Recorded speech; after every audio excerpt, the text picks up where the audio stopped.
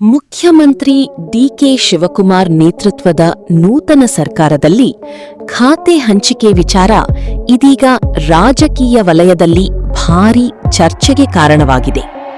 ಹಿರಿಯ ಕಾಂಗ್ರೆಸ್ ನಾಯಕ ಹಾಗೂ ಸಚಿವ ರಾಮಲಿಂಗಾರೆಡ್ಡಿ ತಮ್ಮ ಸಚಿವ ಸ್ಥಾನಕ್ಕೆ ರಾಜೀನಾಮೆ ಸಲ್ಲಿಸಿರುವುದಾಗಿ ಘೋಷಿಸಿದ್ದು, ಸರ್ಕಾರ ಅಧಿಕಾರಕ್ಕೆ ಬಂದ ಕೆಲವೇ ದಿನಗಳಲ್ಲಿ ಈ ಬೆಳವಣಿಗೆ ಕಾಂಗ್ರೆಸ್ ಸರ್ಕಾರಕ್ಕೆ ಮೊದಲ ದೊಡ್ಡ ರಾಜಕೀಯ ಆಘಾತವಾಗಿ ಪರಿಣಮಿಸಿದೆ.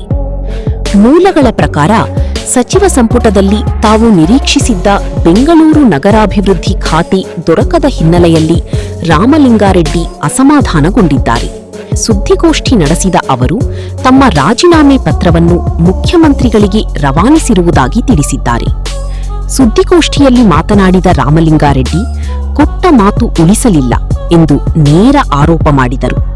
ಹಿಂದಿನ ಸರ್ಕಾರದ ಅವಧಿಯಲ್ಲಿ ಬೆಂಗಳೂರು ನಗರಾಭಿವೃದ್ಧಿ ಇಲಾಖೆಯ ಜವಾಬ್ದಾರಿ ನಿರ್ವಹಿಸಿದ್ದನ್ನು ನೆನಪಿಸಿಕೊಂಡ ಅವರು 2 ವರ್ಷಗಳ ಬಳಿಕ ಮುಖ್ಯಮಂತ್ರಿ ಸ್ಥಾನಕ್ಕೆ ಬಂದಾಗ ಇದೇ ಖಾತೆಯನ್ನು ನೀಡುವುದಾಗಿ ಭರವಸೆ ನೀಡಲಾಗಿತ್ತು.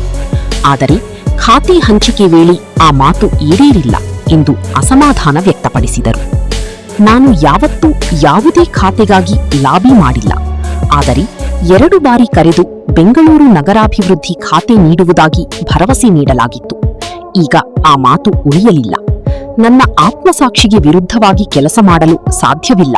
ಹಿರಿಯ ನಾಯಕ ವೀರಪ್ಪ ಮೊಯ್ಲಿ ಅವಕಾಶ ನೀಡಿದ ಬಳಿಕ ಪಕ್ಷದ ಸಂಘಟನೆಯಲ್ಲಿ ಹಾಗೂ ಸರ್ಕಾರದಲ್ಲಿ ಹಲವು ಜವಾಬ್ದಾರಿಗಳನ್ನು ನಿರ್ವಹಿಸಿದ್ದೇನೆ ಎಂದು ಹೇಳಿದರು.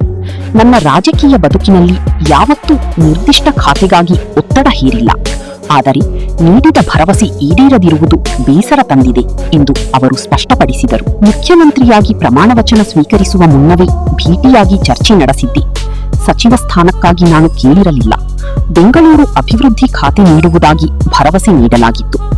ಸರ್ಕಾರ ರಚನೆಯ ಆರಂಭಿಕ ಹಂತದಲ್ಲಿ ಹಿರಿಯ ಸಚಿವರ ಅಸಮಾಧಾನ ಬಹಿರಂಗವಾಗಿರುವುದು ಕಾಂಗ್ರೆಸ್ ವಲಯದಲ್ಲಿ ತೀವ್ರ ಚರ್ಚೆಗೆ ಕಾರಣವಾಗಿದೆ. ಕರುನಾಡು ಟೈಮ್ಸ್ ಚಾನೆಲ್ನಲ್ಲಿ ಸುದ್ದಿ ಮತ್ತು ಜಾಹೀರಾತು ನೀಡಲು ಈ ನಂಬರ್ಗೆ ಕರೆ ಮಾಡಿ.